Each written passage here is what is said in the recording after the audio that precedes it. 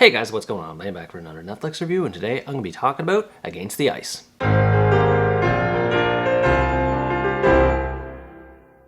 Against the Ice is a Danish-Icelandic survival film that tells the story of Captain Einar Mikkelsen, a Danish polar explorer who set off on an expedition in 1909 in Greenland along with his crewmate Ivar Iverson to disprove the United States' claim to northeast Greenland, under the belief that Greenland was split into two pieces of land. Over a period of several months, Einar and Ivar have to contend with the harsh conditions of the Greenland environment and a dwindling supply of food, as they struggle to survive while determining once and for all if Denmark truly has a claim on Greenland. I can't speak as to whether or not this movie is completely historically accurate, but I still found it to be an enjoyable experience. Unfortunately, it does lose momentum at a certain point in the story, but the performances of the two lead characters do make it worth watching. Einar is performed by coster-waldau, who also happens to be one of the movie's screenwriters, and he does a great job in his role here. He's portrayed as someone who is bound by duty and doesn't have the same moral compass compared to other members of his crew. Because of this, he tends to rub people the wrong way with his grim expressions and mannerisms, though he still exudes a commanding presence that comes across pretty well on screen.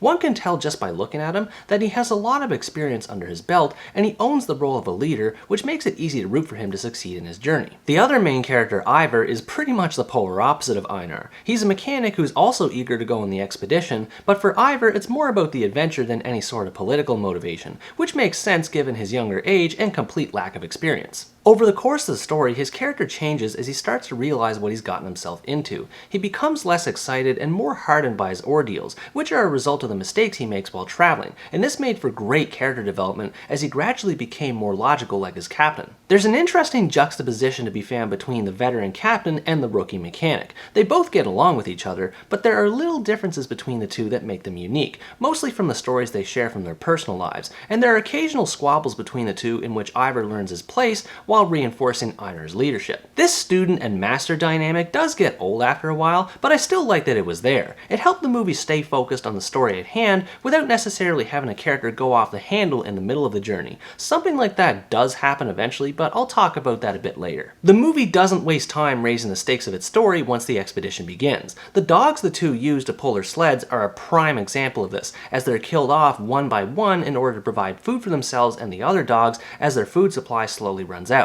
While I hated seeing what happened to the dogs in this movie, I understood why they had to do what they do. In a survival situation, one must do whatever they can in order to live, and the use of animals was an excellent way of getting the audience emotionally invested in the expedition. I also appreciated the fact that none of the dogs are computer generated, which made the movie more realistic and thus increased immersion. The movie's ability to immerse the viewer in its world is definitely the best thing going for it. It features beautiful cinematography highlighting the hostile landscapes and weather of Greenland, ranging from pounding blizzards to rocky terrain to thinly frozen waters. The production quality goes beyond just the cinematography though. A sweeping orchestral music score emphasizes the vastness of Greenland, and there are even a few scenes that take place back in Denmark that appear to be visually faithful to the time period this movie takes place in. For a movie that mostly takes place in the middle of nowhere, I was surprised at how much variety the filmmakers were able to show, and the wear and tear can be seen on characters as a result of their ordeals, as weeks add up to months, which add up to years. There's this sort of feeling of exhaustion I got just from watching the stress that they put up with,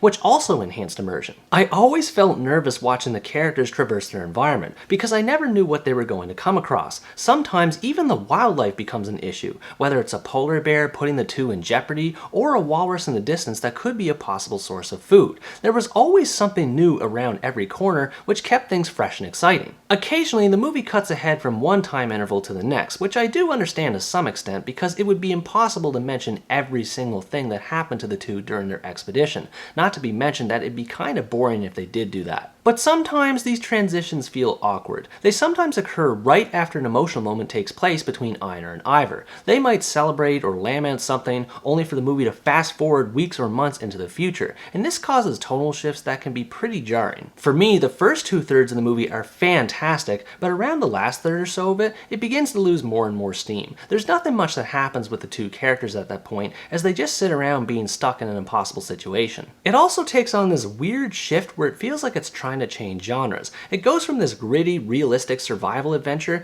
to a quasi-psychological thriller where characters are seeing and hearing things that aren't there, and it doesn't quite feel right. Einar is particularly problematic in this regard. He spends the movie fawning over a woman in his head who is his fiancée and becomes more unhinged the longer he stays stuck in a situation. She only appears in brief flashbacks which are uninteresting, and even during the more active hallucinations, it still comes off as generic and boring. Again, I don't know how historically accurate this movie is, like if Einar actually had a psychotic episode or not, and to be fair, the performances remain engaging, and I suppose having that angle was better than just having characters sitting around and doing nothing. But even so, it still felt cliche in how it was presented. One more complaint I have, which is more of a nitpick than anything else, is how every single character in this movie spoke English. It just seemed weird to me how nobody spoke any Danish. Hell, you can even tell some of the actors are straight up British and don't attempt to make any hint of a Danish accent whatsoever, which is kind of a shame. Overall though, Against the Ice is a solid survival film and a thrilling adventure that puts the audience in the shoes of Einar Mikkelsen and Ivar Iverson while paying tribute to their service. If you like movies with a survival theme and you want to see one that takes place in a historical time period, I think you'd enjoy watching this one. I wish the third act ended up being a lot better than it was, but the movie still manages to end on a strong note, and the dynamic of its lead characters, stunning cinematography, and variety of story beats definitely make up for it. What did you think about this movie? Were you on the edge of your seat from Einar and Ivar's brushes with death, or did you find yourself wishing the story was paced better? Let me know in the comments below. Anyways guys, that's going to wrap up my review of Against the Ice. Thanks for watching this video, I hope you enjoyed it, and as always stay tuned for the next part, where next time I review the American thriller, The Weekend Away. Bye bye!